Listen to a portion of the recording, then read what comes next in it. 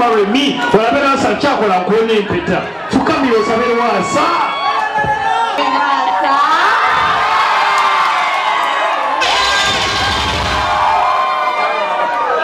sente sizamupatiri za mugole soko mpezange shira tonkwata nobitwala ewa taata soko mpezange ez'omugole omugole yandabamu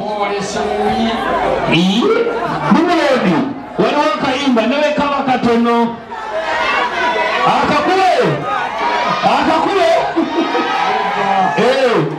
akaganyi kale lero sisaba akayimbako Mukuru oluyimba lwa Shiba wala. Oluyimba ki? Olwo lwa Shiba ni mulodi isebo. Buncho gumamu.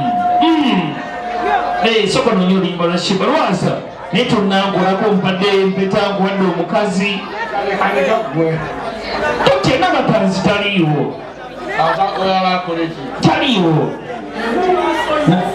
Tandika bwemulowooza biwedde Wibadba General Electronics ennyumba y'amasanyalaze esangibwa wali mu Kikoloko Alo B Complex tulina Wagadi ne Betty Mpologoma leka nkubuuza ebibuuzo ebisembayo ndeete omugenyi addako Lwasa kwata microphone nkubuuza mu Luganda mu Luzungu mu luki mubuuza mu ki okay Lwasa mutono oba munene ani damu mutono oba munene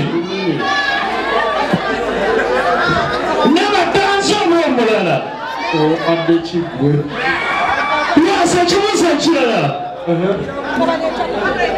single searching wali oyenzeeko oba kyonnaba kolanga toyendangako bannange basanga betayendangako